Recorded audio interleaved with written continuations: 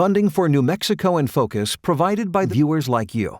This week on New Mexico in Focus, 150 DWI cases and counting, dismissed under the cloud of a federal corruption investigation into Albuquerque cops and at least one prominent local attorney. I'm sick to my stomach about the idea of dismissing that many DWI cases. And a new lawsuit claims the state of New Mexico has been violating residents' constitutional rights to a clean environment for decades. New Mexico in Focus starts now. Thanks for joining us this week. I'm senior producer Lou DeVizio.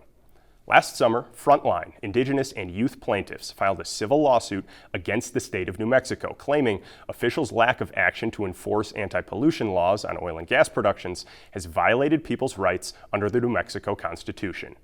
OWLAN's Laura Paskus hosts a three-part roundtable discussion exploring why the lawsuit was filed and how lawmakers can address some of these concerns during this year's legislative session. Then, in the second half of today's show, we catch up with correspondent Gwyneth Doland at the Roundhouse. In about 30 minutes, Gwyneth speaks with Senate Majority Leader Peter Wirth and House Speaker Javier Martinez about what's been moving through chambers the past week and what issues state Democrats will prioritize. But we begin tonight with the FBI investigation into possible corruption at the Albuquerque Police Department that's rocked the city. Last week, federal agents raided the homes of several APD officers, most of them assigned to the department's DWI unit. They also kicked in the doors at the home and offices of a well-known criminal defense attorney who specializes in drunken driving cases and his paralegal. The feds haven't said a word about the case since it spilled into public view a week ago, and police officials just started talking publicly about it a few days ago. Here's what we know.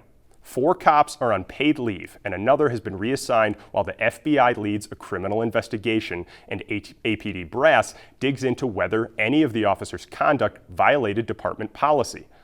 Now, we want to be clear that no one, neither the police officers potentially implicated, nor the attorney or his paralegal, has been charged with a crime in connection with this case. That's as of a recording on Thursday.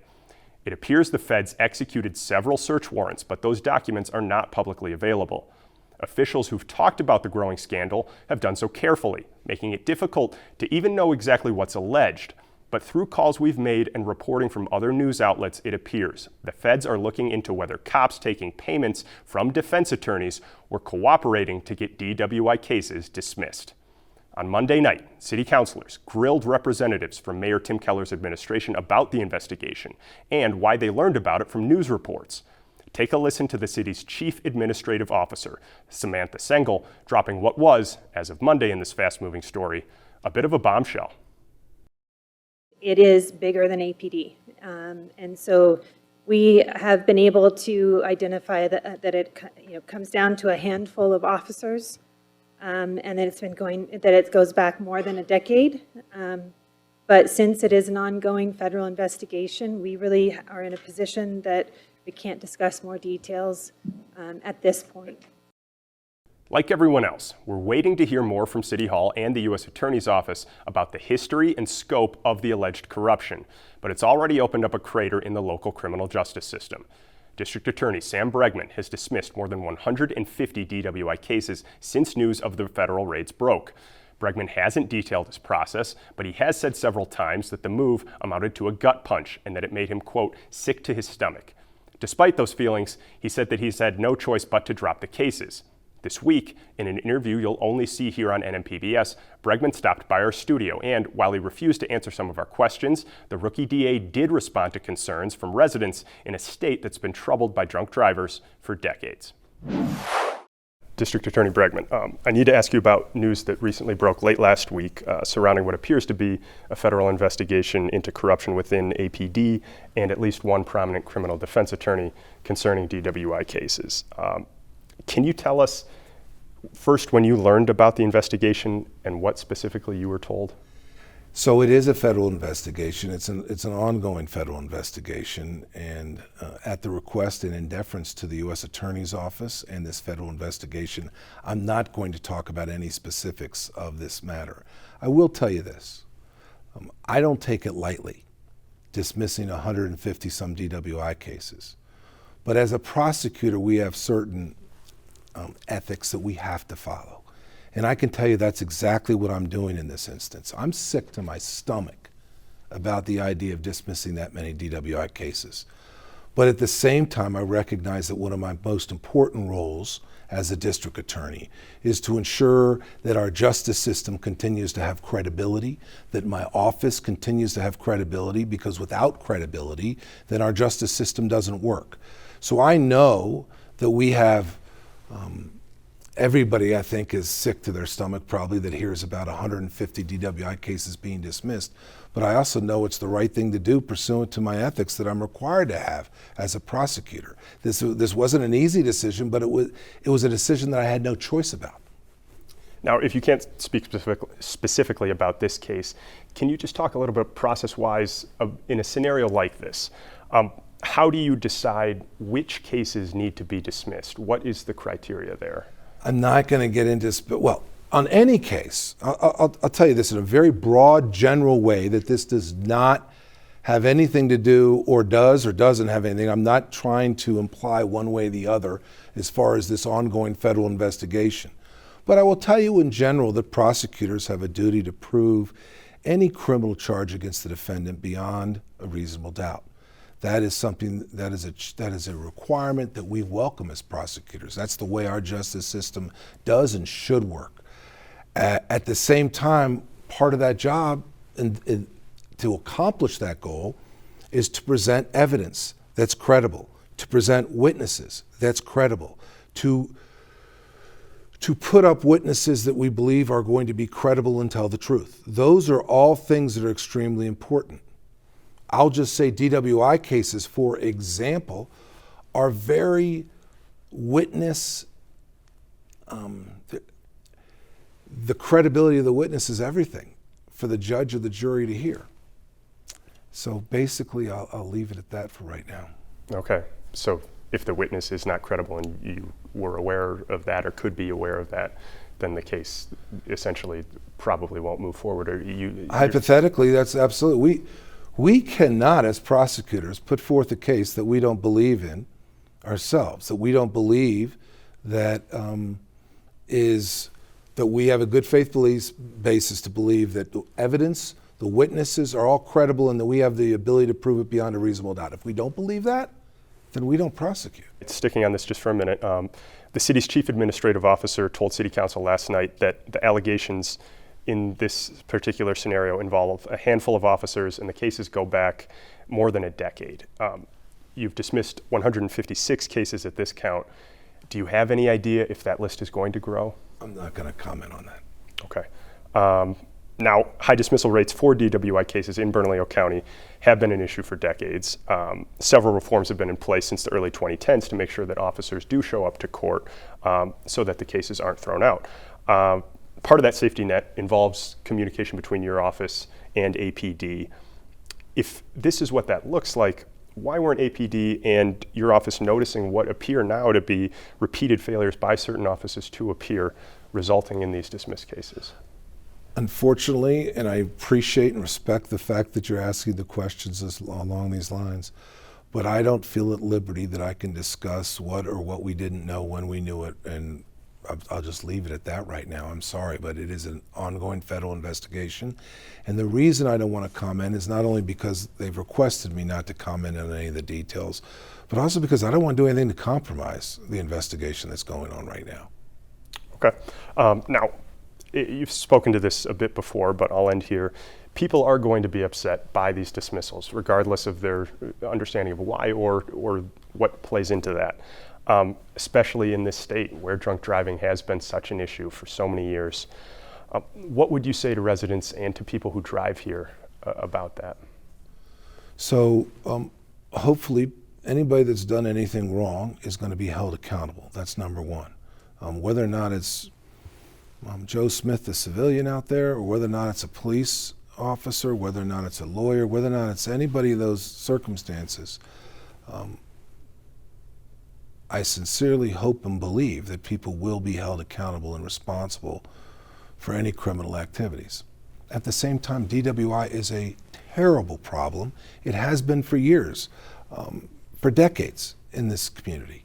And yeah, I'm sick to my stomach about having to dismiss them. But in the long run, we want good DWI cases.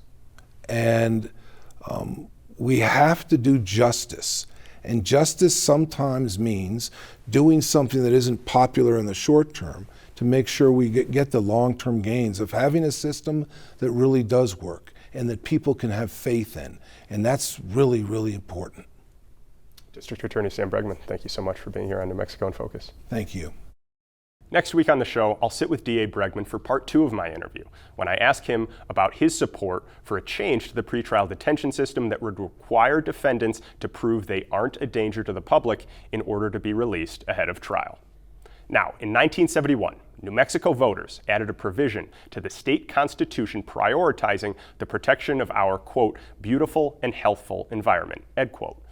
But some people who live in the state's oil and gas producing regions are suing, saying officials have violated their constitutional and fundamental human rights to clean air, land, and water. Tonight, Our Land senior producer Laura Paskus leads a roundtable discussion with 2 of the plaintiffs in that lawsuit and the attorney who represents them about the first of its kind litigation. They'll also talk about the possibility of oil and gas industry reform in the New Mexico state legislature. Thanks, Lou. Joining me around the table for this 3-part conversation, we've got Josie Zuniga with Youth United for Climate Crisis Action, Daniel So, former Tribal Council delegate for the Navajo Nation, and Gail Evans, senior attorney with the Climate Law Institute at the Center for Biological Diversity. Thank you all for being here today. Thanks for having us. Oh, yeah, day. So in 1971, when the U.S. Congress was passing all kinds of environmental legislation, Clean Water, Clean Air Act, Endangered Species Act, New Mexico voters added a provision to the state constitution. And I'm just going to read it real quick. The protection of the state's beautiful and healthful environment is hereby declared to be of fundamental importance to the public interest, health, safety, and the general welfare. The legislature shall provide for control of pollution and control of despoilment of the air, water, and other natural resources of the state, consistent with the use and development of these resources for the maximum benefit of the people. This is hardly poetic, but it is a really lovely sentiment. And Gail, I'd like to start with you. Last year, New Mexico Laws filed a lawsuit demanding the state comply with this provision. What are you seeking, and how did the state respond? So New Mexico Laws actually stands for New Mexico Land, Air, Water, and the Sacred. This was a name that was actually given to our group by Daniel So. And this is a group of indigenous frontline and youth and some environmental organizations that have come together to hold the state accountable to this constitutional duty that you just mentioned. So it's much more than just a nice sentiment. It is actually a constitutional obligation. So before the voters voted to amend our constitution and add this pollution control clause, the state already had the power to pass laws and do environmental protection. But once our voters chose to amend the Constitution, it became more than just like an authority to do something, it became a constitutional duty to do something. And given the amount of oil and gas production and pollution that we have in our state now, we have an oil and gas pollution crisis. And the state isn't fulfilling its duty that you just read in this Constitution to control pollution. It says the state shall control pollution. And when you look at what's happening in communities with heavy oil and gas production, the state is simply failing to fulfill this constitutional duty. And that's where NM Laws came together, Indigenous, Frontline, and Youth came together to hold the state accountable to this duty. Right. So Daniel, you live in the San Juan Basin in northwestern New Mexico. Can you describe the impacts that you see of oil and gas development, how it affects the land, the air, the people? Yes, Laura, I guess the main thing you have to understand is the Navajos who live in the Eastern Navajo Agency of New Mexico, the far east part, we have allotments. And in that aspect, then, my siblings and I, there's 6 remaining. We have shares in allotments, and through the majority approval of the other shareholders, then Oil and Gas Development is on those allotments. And what I see is, number one, the heavy truck traffic and the dust that's raised. Relatives, grandmothers first brought it to our attention that we had to do something. And so that's where we became involved and basically tried to work with the state agencies. And basically, the Oil Conservation Division, the Environment Department just wouldn't listen, wouldn't take into account the heavy impact. I called it the tsunami of oil and gas development that took over parts of San Juan County and Sandoval County. And it's really been harmful. It impacts the dirt. The roads are all dirt roads. The heavy truck traffic raises dust. I've had relatives invite me into their kitchen, and basically one older gentleman says, "Last night I wiped the table, and look, I've got dust on the table again. It's affecting," and I'm breathing it in, is what he basically says. I'm here to take care of my aunt and my mother, and they're without water and electricity. And so those aspects, it really hits home. Another grandmother basically says, I would have never signed the lease if I knew this truck traffic is 24/7. I get notes from my grandchildren's teachers saying, how come this grandchild is falling asleep? It's because of the 24/7 noise from the drilling, from the truck traffic. And so that's basically how I had a message to stand up and speak for the people. And since then, that's what we've done. And so that's and you know, the way the laws of New Mexico basically intertwines with the Mineral Leasing Act of the United States, and Oil Conservation Division has a step in there that approves the unit agreements to authorize the number of acres that would be in a unit, the number of wells that would be in a unit, and the direction of those horizontal developments. So it's really different. One grandmother basically told me, I wish I would have never signed it. I thought it was the old style vertical up and down. I thought about the John Wayne movies where they strike oil and everybody's getting wet with the oil. This is different, way different, this hydraulic fracturing. And it's the impact is on the land, affects the air quality, and uses millions of gallons of a precious resource. And it's devastating the landscape.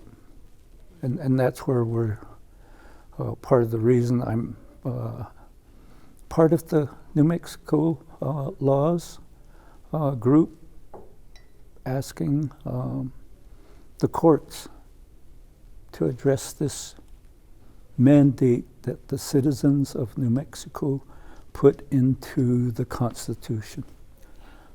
Yeah, thank you, Daniel. Josie, you live in the greater Carlsbad area. Can you describe for New Mexicans who maybe don't visit or don't live that area, what is the development like where you live? Yeah, thank you, Laura. I live in the Carlsbad area. I grew up on the outskirts of Carlsbad in an area known as Otis.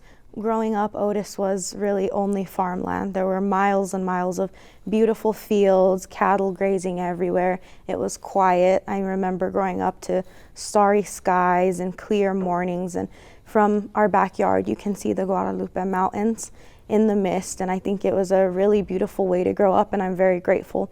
Now, one thing I always want to acknowledge is the Permian Basin and Carlsbad has always been an oil hub, but in these last few years, we've really seen production double and increase.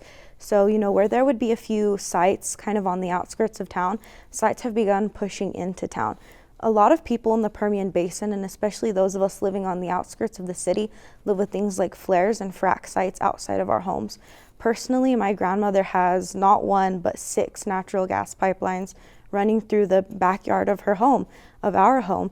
And right now we're dealing with a lot of, as we've spoken about today, truck traffic. We're dealing with a lot of dirt, a lot of air pollution, and it's become very concerning the way the air pollution has really climbed in recent years in the Permian Basin. Something I'm very concerned about is the public health crisis.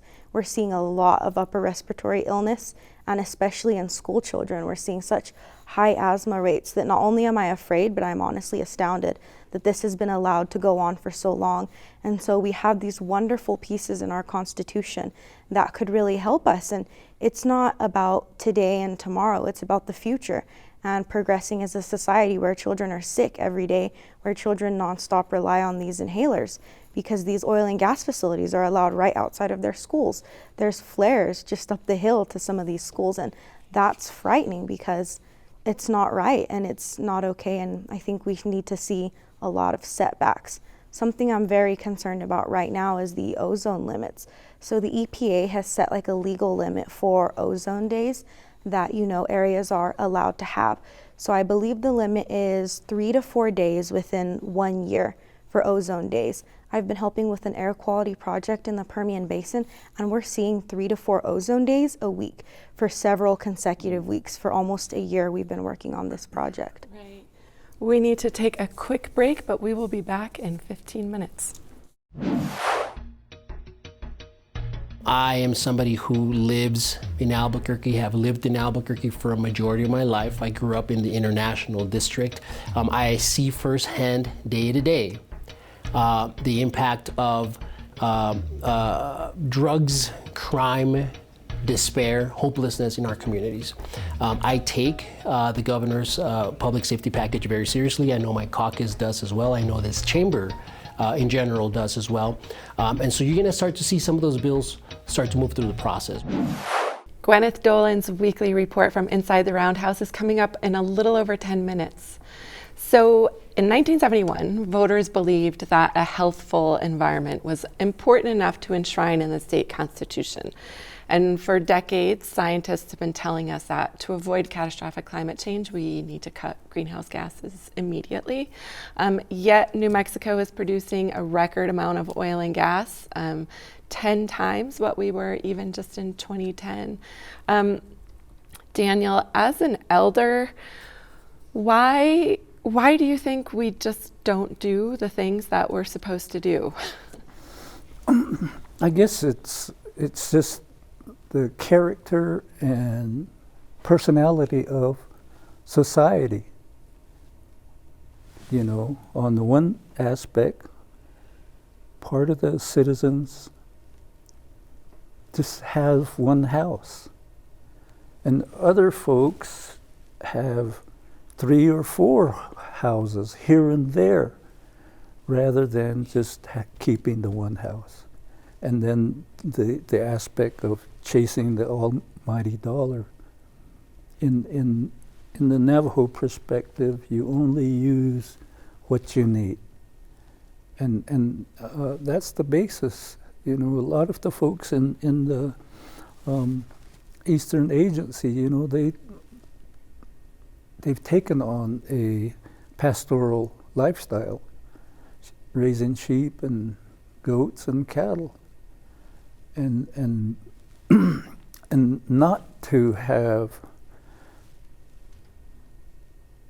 the pursuit in the Navajo lens.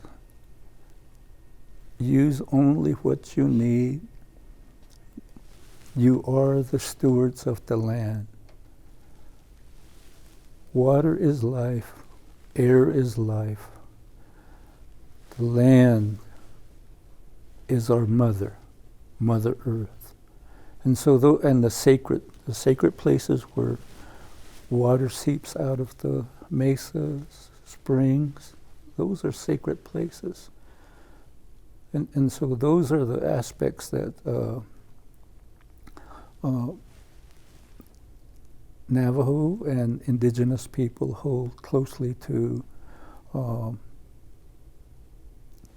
guide them. And again, part of the aspect that we're taught, make sure, don't let the fire burn out. Don't lose the language, don't lose the culture. And those are the aspects that really, in the Navajo symbolism, that's what it is. Keep the fire going. Because as young folks, when parents went off to town, the young folks were told, keep that fire going in the hogan. And that's a real life teaching moment. And so those are the aspects that really keeps the culture and the language going, and keeps the lifeways going. So Josie, I was really interested in what you were talking about with the Permian Basin. And I wanted to ask, I feel like when we hear from legislators, when we read the newspapers, it seems like people in the Carlsbad area are monolithically supportive of the oil and gas industry. Is that not necessarily the case in that region? Well, I certainly think that oil and gas has become really a culture piece in that area, and I think in a lot of the surrounding areas of the Permian Basin, such as Artesia and Hobbs, it's really, like I said, a culture, kind of something that they, of course, rely on, so it's become very ingrained in everyday lives because oil and gas comes in and they sponsor a lot of things. They sponsor everything down to the schools to simply like the locals' farmers markets. And I find that very interesting, that it's such a culture at this point. But I think when people come to speak for the Permian Basin, we hear from these legislators, we hear from presidents, CEOs, and I think they're talking from personal interest. We don't very often get to hear from people who are living with these things outside of their homes. Because in the organizing work that I've done so far, I've spoken to individuals who are truly, truly suffering. We're starting to get a lot of earthquakes out there because fracking is causing earthquakes. And with an increase of earthquakes, that's scary. And not only earthquakes, but sinkholes. There's a lot of sinkholes in the Carlsbad area because Carlsbad is over karst terrain, meaning there are a lot of caves in the area, meaning it's more susceptible to sinkholes. So I think there are a lot of things like that we don't really get to hear about when people come to represent Carlsbad. So Gail, this lawsuit is really innovative. Nobody's ever challenged the state for not abiding by this provision. You were also the lead attorney on the Yazzie Martinez case. Can you give us a thumbnail of that case and then the similarities and differences between the two? Yeah, so in the Yazzie case, what the court found was that the state has a constitutional duty to act to put in place a system of education that is sufficient for all school-age children. And likewise, under the pollution control clause, the state has a positive duty to act and to put in place a system of pollution control that works for the maximum benefit of all the people in our state. And I think both Josie and Daniel talking about a tsunami of production, and Josie pointing out that under this current administration, oil production has doubled. Well, climate leaders don't frack. And climate leaders don't oversee a massive increase in oil and gas production. Climate leaders follow the science and say we need to be phasing out oil and gas, right? And I think our state is so reliant on the money from oil and gas, and we talk so much about that money that we don't talk about the harm, the pollution that comes with that oil and gas money in production. And so we really have to turn to our Constitution, which is the fundamental law of the land of our state, and hold the state accountable to this positive duty to step up to the plate and put some real controls to protect our public health and our environment. So young people in Montana had sued the state over a constitutional right to a clean environment, and they won that case, right? What has changed in Montana? Well, I know now that in Montana, with the court's ruling, which is basically saying that the state in Montana now has to consider climate impacts from its energy production, that there are now things happening in state politics to sort of shift that law and to make that happen. And that's what we're looking for here is essentially, and what's happening in the Yazzie case, right? Once the court rules that the state has this constitutional duty and the state is not fulfilling its constitutional duty, the work turns back to the political branches, to the executive branch, the administrative agencies, to the legislative branch, to then step up and do their work to control pollution. And we're asking the court, just like in the Yazzie case, to maintain what's called jurisdiction, to maintain authority, to ensure that those other branches of government comply with their constitutional duty. And that's what's happening in Montana now. Okay, and we're gonna, in our next segment, we're gonna talk specifically about the legislature, but I'm just curious, how did the New Mexico state government respond to your lawsuit? They responded the way we thought they would. They basically responded and said, this is a political question. It doesn't belong in the courts. Go back to the political branches and fight there for what you need. And our response to that is that no, in fact, this is a constitutional question, and it is a basic tenet of our three branches of government, of our democracy, that the court has the authority and the duty to interpret and to enforce the Constitution. And that's what the plaintiffs in this case are asking the court to do. Okay, thank you all. We need to take a quick break, but we'll be back in 15 minutes to talk about oil and gas reform in the legislature. We'll get back to Laura's final panel discussion in just a few minutes, but right now we're headed inside the Roundhouse for the second week of this year's 30-day session. Legislation is slowly starting to move through the Capitol as Democratic leaders get a handle on what from the governor's agenda could be viable in their chambers. This week, correspondent Gwyneth Dolan speaks with House Speaker Javier Martinez and Senate Majority Leader Peter Wirth for an update on the bills in front of them.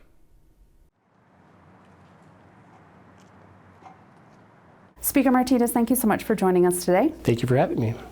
The governor wants some changes to the state's red flag law, making it easier to take guns away from people who pose a serious risk. It passed its first committee this week, and you sit on the committee it goes to next. The law has only been used fewer than 50 times since it was enacted 3 years ago. Is it working? Do we need to make it easier to use in order to keep people safe? Well, that's why we're considering amendments to the statute that we passed years ago. We want to encourage and incentivize all of our local law enforcement agencies to make use of that tool. Our communities deserve better. Our communities deserve to be safe, to feel safe.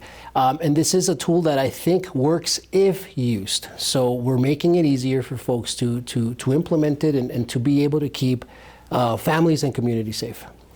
The bill seems to be moving while some of the other public safety bills aren't quite cooking yet. How much of the governor's public safety agenda do you think you can usher through this session? You know, we're going to work hard to usher in a great deal of that agenda.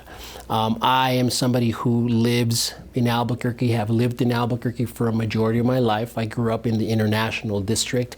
I see firsthand, day to day, the impact of drugs, crime, despair, hopelessness in our communities. I take the governor's public safety package very seriously. I know my caucus does as well. I know this chamber in general does as well. And so you're going to start to see some of those bills start to move through the process. CYFD is asking for $20 million in order to pay for all the lawsuits that they've had to settle with families of people who have died. This week, the state agreed to pay $5 million for a four-year-old child who was beaten to death, and they knew that he was in danger. Why are there not any bills up here coming from Democrats aiming to reform CYFD? Well, there are bills dealing with CYFD. Unfortunately, they're not germane.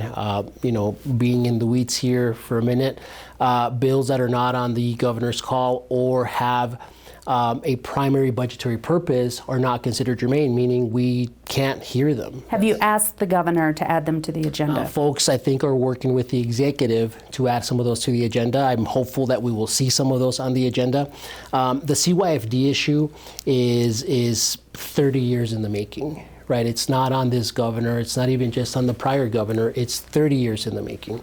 It's divestments that we've made as a state in our communities. Right, in 2014, the behavioral health system was completely decimated by the prior governor. We are still trying to catch up with the impacts and the effects of that destruction of that system.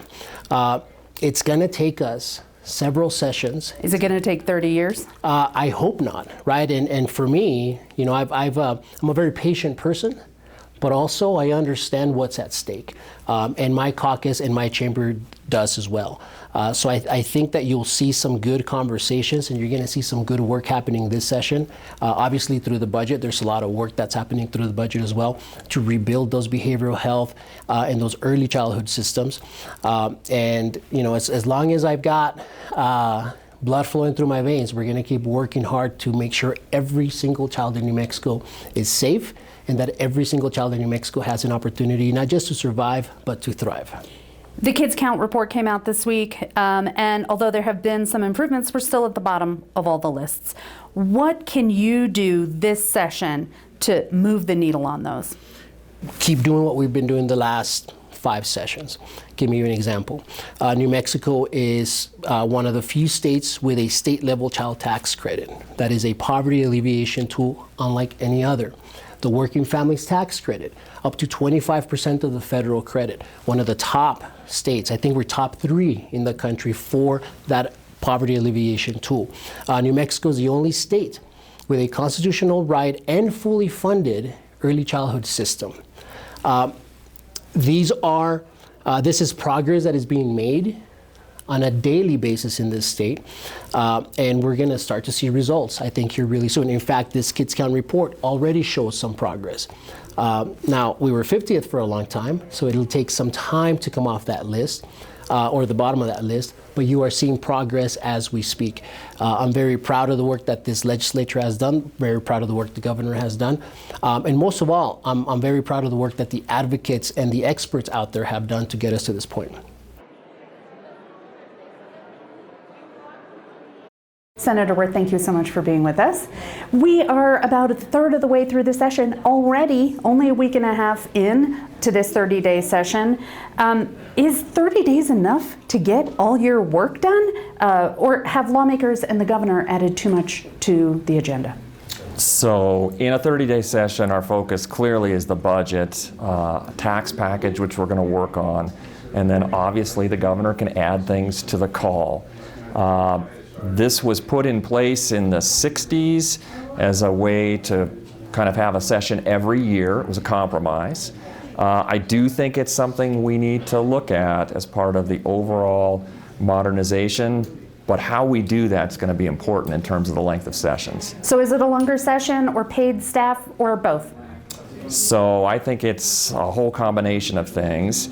I think a longer session makes sense. I do think the staffing issue is something that, as part of modernization, we're going to consider. But the big one, and I think these need to be discussed together, is paying legislators. What I will be very concerned about is sending a constitutional amendment to the voters to extend the length of the session without first making sure we're getting paid, because I have a feeling the voters might extend the session and then agree not to pay us. And that would be a really challenging thing given our citizen legislature. You're a lawyer. It's not necessarily about you, right? You're making sure that other people, regular folks who don't make as much money as lawyers, can afford to take time off and prioritize this service. No, I think that's absolutely right. I think you want to have true representation in the building. And you know, the amount of work that it takes to do this well, it's not just a job during the 30 days. I mean, obviously in my position in leadership, we're constantly dealing with issues throughout the year, but you know, legislators are working year-round, and it's important that people understand that. You have a bill that was just heard this week that would ban guns in polling places. Crime is a huge issue this session. Why polling places now? So obviously we're headed into a turbulent election cycle yet again, and this bill came to me from constituents working in polling places who were, quite frankly, scared by having guns mixed in, and guns and voting just don't mix. And so this is one of the very narrow areas that our Supreme Court, our U.S. Supreme Court, has says we can regulate in, and we had a good discussion this morning about the bill, and it passed out of its first committee.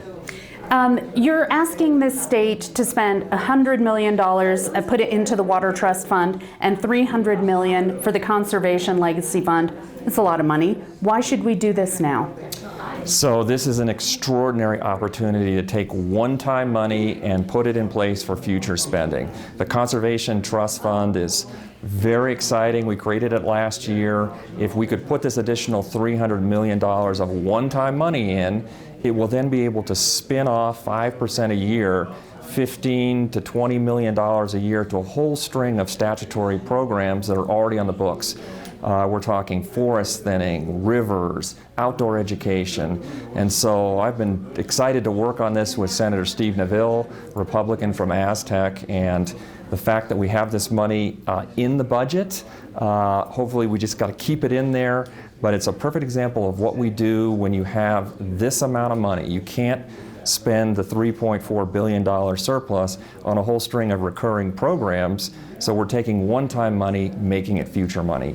Even though people may think all that stuff is important, one of the things that's on the front page all the time is Children, Youth, and Families Department. All the money that they are having to spend on lawsuits because they have failed to protect children. So why not put a bunch of that money towards CYFD? Why are we not seeing more about that this session? So it's certainly a budget session, and those discussions are going to happen with CYFD, and you're right. I mean, prioritizing and figuring out what the new Secretary Designate is looking for in the agency is one piece of what we'll do. The other thing we'll do on CYFD that folks need to understand is we'll have a confirmation hearing, assuming her confirmation comes out of the Rules Committee, which I think it will, on the floor of the Senate, and it will be a chance to have a discussion about CYFD and the direction she wants to take the agency. With respect to legislation on CYFD, we haven't seen messages from the governor on that issue, and again, this goes back to where we started on the 30-day session. Thanks to Gwyneth, Senator Wirth, and Speaker Martinez for those conversations inside the Capitol. You can watch last week's interviews with Republican leadership right now on the PBS app. And of course, expect to see more from inside the Roundhouse as Gwyneth continues her reporting from Santa Fe through the end of the session next month. Now we return once again to Laura Paskus at the Roundtable for one last discussion. This one about proposed legislation to rein in the oil and gas industry. All right, we are back. Let's talk about the legislative session right now. Basically, as we're taping this legislature is starting to consider House Bill 133 to amend the Oil and Gas Act to do things like increase bonds for well cleanup and plugging and increase civil penalties. Josie, does this bill, as it is right now, does it go far enough? As of right now, I think that this bill could use a lot of amendments. Something we've been talking about a lot is public health. And so something important for public health would be setbacks. We're really hoping for a mile setback from schools and facilities is something that would be important. Another thing I think matters a lot, especially to areas like the Permian and to the San Juan Basin, is to ban the use of fresh water in fracking. This water is becoming toxic waste, and You know, this is a state where we do struggle with our water, and I think it's so important that we make sure to care for and conserve our water. Daniel, what would you like to see in a bill? I guess number one, the administration basically locked the plaintiffs out of even participating in the lead up to this particular bill. The discussions started back in September, and we didn't hear, I for myself didn't hear about it till December. And when we tried to get access to the Zoom links, we were denied. And so that aspect, it really excluded our group from the Northwest area, to where the allotment owners that are within the plaintiff group were locked out. And it's in that aspect, we are a direct user of this new bill that would hopefully get adopted.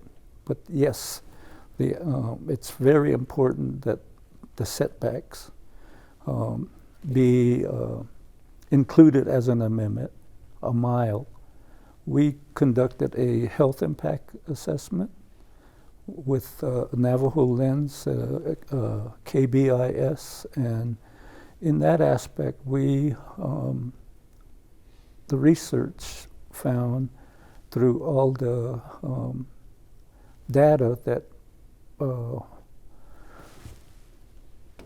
there was high methane and different forms of propane being emitted from these oil and gas facilities that are above ground. And in this case, within a city block of Liebrook Elementary School, where 80 Navajo students, in the grades kindergarten through the 8th, the majority of them wear or use inhalers. And so that's the reason we want the 1 mile setback. And and I guess in one way, the governor is saying, let's give money so that the children can be literate. Establish literacy institute. But then the governor is supporting HB 133, and there's no inclusion for the setbacks. So these same young folks need a healthy and safe classroom to do their learning. And that's one of the, I guess, conflicting ideologies in this political arena right now. Yeah. I remember reporting on Liebrook Elementary years ago, yes, and wondering how kids can learn when there's a well right across the street, and now generations of children have gone to that school. It's astonishing that as a state we don't have setbacks. And Laura, there's 32,000 children in our state who are going to school within a mile of a fracking site, sometimes within a mile of many, many fracking sites, dozens, if not 100. And the setback provisions were in that bill, House Bill 133, not strong ones, but there was something in there, and even those got stripped out. And we have been urging this administration to at least put in a setback just around schools. And a setback it's a health buffer zone, right? To keep production away from where people go to school. There should be setbacks around where people live, work, but at the very least, we should be able to protect our children when they're in school. Yeah, so I feel like as we've become increasingly aware of the emergency that climate change is, we're seeing more impacts. The state legislature has become increasingly lackluster on climate legislation. And for 8 years of the Martinez administration, there was the excuse that if we passed legislation, she would just veto it. There's not ostensibly that excuse anymore. Am I wrong on this? Am I not giving the legislature the due that they deserve on climate change? Well, I just want to say that our lawsuit isn't just about climate change. Mm-hmm. Our lawsuit is primarily about the current health and impacts to our land, our water, and to public health. And since that constitutional amendment was passed in 1971, where the state got this constitutional duty to control pollution, the state hasn't taken action to control oil and gas pollution. The legislature hasn't passed legislation to do that. And so this is not about any one administration. This is about a long history in our state of not adequately regulating the oil and gas industry. And it has become particularly acute because in this current administration, oil and gas production has doubled.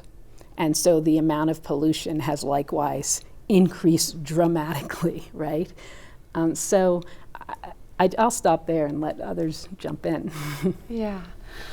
Well, Josie, I would be interested, can I ask how old you are? 22. 22.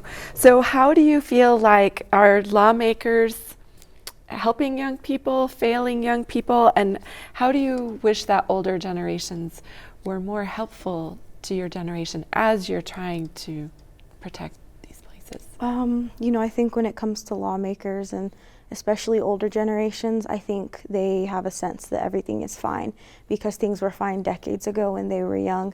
And I would really like them to kind of catch up and see the situation we're living in. I also want them to understand that the world they're leaving behind, they're not just leaving behind, they're leaving it behind for their children, their grandchildren, and future generations. They're leaving us a mess that we're not going to be able to fix because of their negligence. The Permian Basin is a super methane emitter and what we call a climate bomb. And I think it's unacceptable that we're just being left with something considered a climate bomb. And, there's no answers. It's just kind of, well, this works today and this works tomorrow. So good luck in 20 years. Daniel, I'd love for you to have final words here. What do you really wish that other New Mexicans better understood about what's happening and what we need to do? Well, number one is, we're all here on the earth.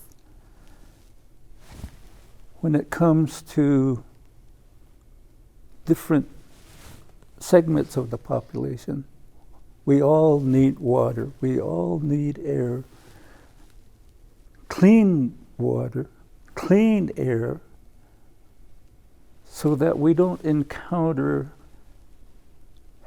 health issues. The health issues is what's going to drive the legislature to fund health care in the future if we don't start reducing the methane cloud that exists over the Four Corners. And this morning we heard people say it's not backed up by science. But guess what?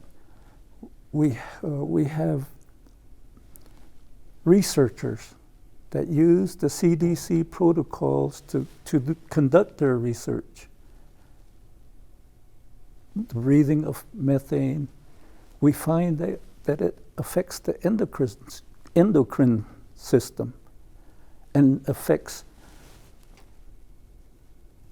babies, women, and especially the older women. And so no segment of the population is safe when we have these aspects of pollution, of this degradation of the environment. Nobody is safe from it.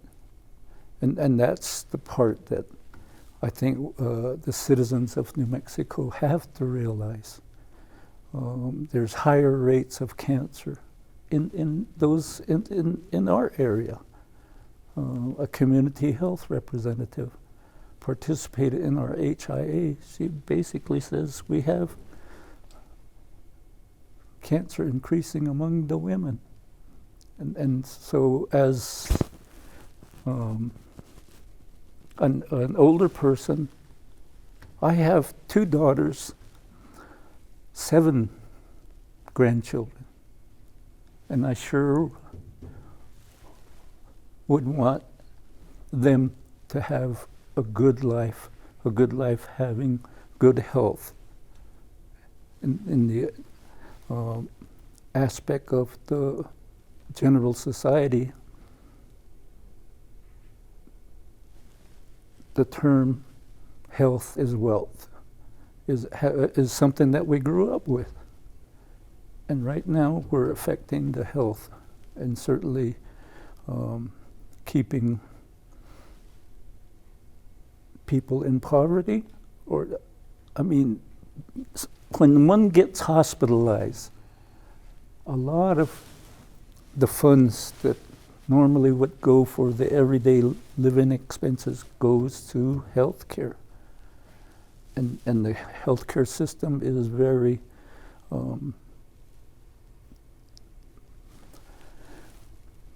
the healthcare workers are bombarded with all the things that are coming at them right now. And so one can't say, oh, it doesn't bother me. It will. Thank you. Thank you, Daniel. Thank you all. I will look forward to seeing what happens with the session and certainly with the lawsuit. Thank you. Thank you. Thank you. Thank you to Laura, her guests, and to Gwyneth Doland for her continued work from the Capitol in Santa Fe. Thank you for watching. We'll see you next week.